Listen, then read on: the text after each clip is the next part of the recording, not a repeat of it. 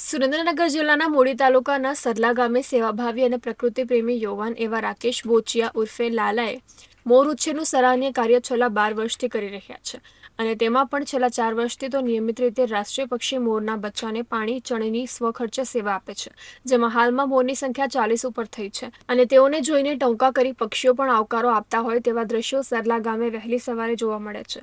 આ અંગે રાકેશે જણાવ્યું હતું કે તેઓ એક સામાન્ય નોકરી કરતા હોય તેમાંથી દરરોજ અનાજ ચણ માટે 400 રૂપિયાનો ખર્ચ થાય છે અને સવાર સાંજે ટાઈમસર હાજરી આપવી પડતી હોય છે। ફક્ત 5 મોર હતા ત્યારથી તેઓ કાર્યરત હતા। આજે 40થી વધુ ઉપરની સંખ્યા થતાં તેઓ ખુશી વ્યક્ત કરી રહ્યા છે। હું ત્યાં અવારનવાર જાતો તો મોર ત્યાં હતા તે મને એવો વિચાર આવ્યો તો હું મોરને ચણને એવું નાખવાનું જાઉં છું। રોજાને 15થી 20 કિલો અનાજ લઈ જાઉં છું અને 5.5 થી 6ના ગાળામાં જતો રહું છું। પહેલાં જાતો ત્યારે 4 થી 5 મોર હતા, અત્યારે હાલમાં 40 થી 50 મોર છે।